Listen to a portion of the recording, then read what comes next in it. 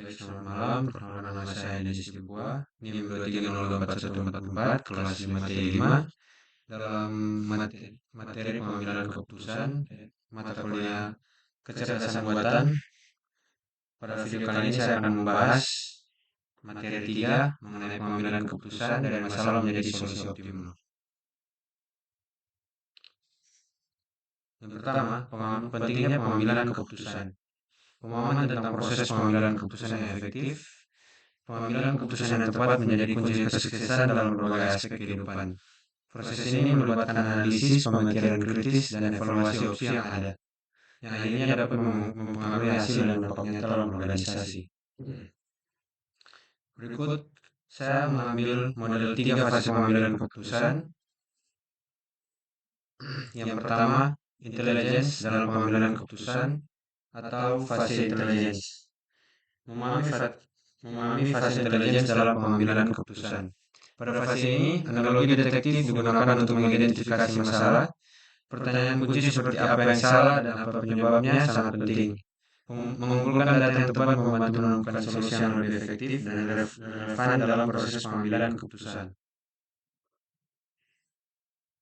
Saya mengambil 3 kunci aktivitas dalam fase intelligence. Yang pertama, aktivitas kunci dalam pengambilan keputusan, menganalisis data untuk menemukan pola dan tren yang relevan dalam pengambilan keputusan yang informatif. Yang kedua, metode mengumpulkan data yang efektif, menggunakan survei dan wawancara untuk mendapatkan masukan dari berbagai pihak terkait keputusan yang akan diambil. Dan yang ketiga, strategi evaluasi data yang tepat. Membandingkan data dengan standar industri yang ada, menggunakan software analitik untuk mempercepat proses, dan mengadakan diskusi kelompok untuk menggali perspektif tambahan. Berikut adalah studi kasus fase intelligence. Identifikasi masalah. Yang pertama, menemukan akar masalah dalam pengambilan keputusan. Identifikasi masalah merupakan langkah awal yang penting dalam proses. Berikut ada analisis data. Menggunakan data untuk memahami situasi yang ada. Analisis data membantu menemukan pola dan tren yang relevan. Dan yang terakhir, solusi optimal. Mencari alternatif terbaik untuk keputusan yang diambil. Memilih solusi yang paling efektif dan efisien dalam kunci keberhasilan. Berikut fase kedua, fase perancangan atau design phase, yang menggunakan analogi arsitek dalam pengambilan keputusan. Pada fase ini, kita harus membayangkan solusi yang ideal. Pertanyaan kunci seperti, apa yang bisa kita buat membantu merumuskan rencana? Seperti seorang arsitek, kita merancang struktur keputusan yang kuat untuk hasil yang optimal. Aktivitas kunci dalam fase perancangan atau design phase. Yang pertama, ide kreatif yang menghasilkan solusi inovatif untuk masalah yang dihadapi. Proses ini melibatkan brainstorming dan kolaborasi tim untuk menggali ide-ide baru.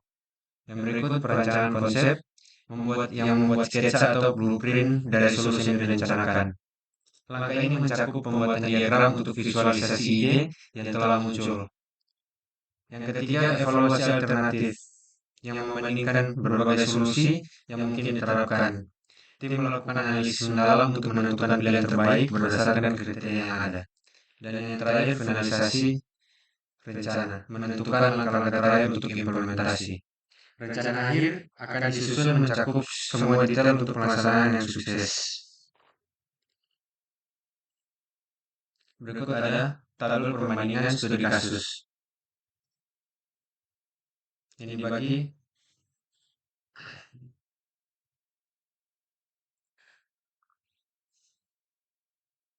menjadi 5 tabel. Dan fase yang terakhir, fase pemilihan keputusan atau choice phase. Analogi juri dalam pengambilan keputusan yang efektif. Pada fase ini, analogi juri digunakan untuk menilai opsi yang ada.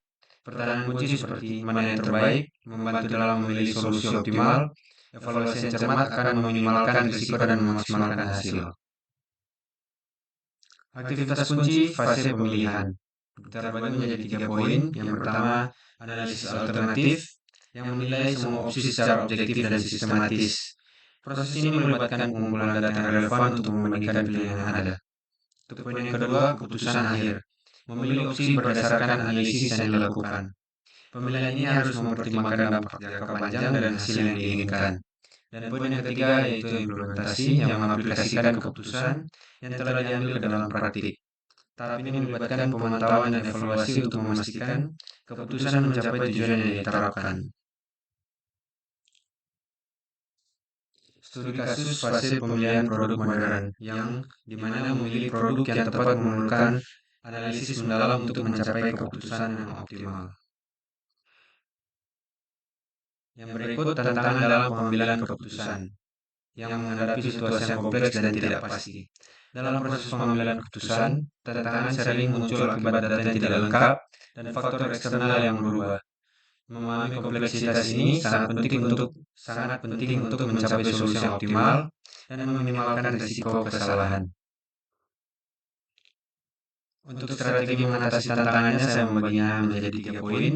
Untuk poin yang pertama, menggunakan data secara efektif, yang dimana penggunaan data yang tepat dapat membantu dalam mengidentifikasi pola dan tren yang relevan untuk pengambilan keputusan yang lebih informatif dan akurat. Poin berikut, analisis risiko dan manfaat. Mempertimbangkan potensi risiko dan manfaat dari setiap opsi, membantu meminimalkan keputusan buruk dan meningkatkan hasil yang diharapkan. Dan untuk poin yang ketiga, pelibatan tim dalam proses terbagi menjadi 3 poin. Untuk poin yang pertama, mendorong diskusi terbuka untuk mendapatkan perspektif. Untuk poin yang kedua, mengumpulkan masukan dari berbagai anggota tim. Dan yang terakhir, menggunakan alat kolaborasi untuk keputusan lebih tepat. Demikian hasil presentasi saya. Selamat malam.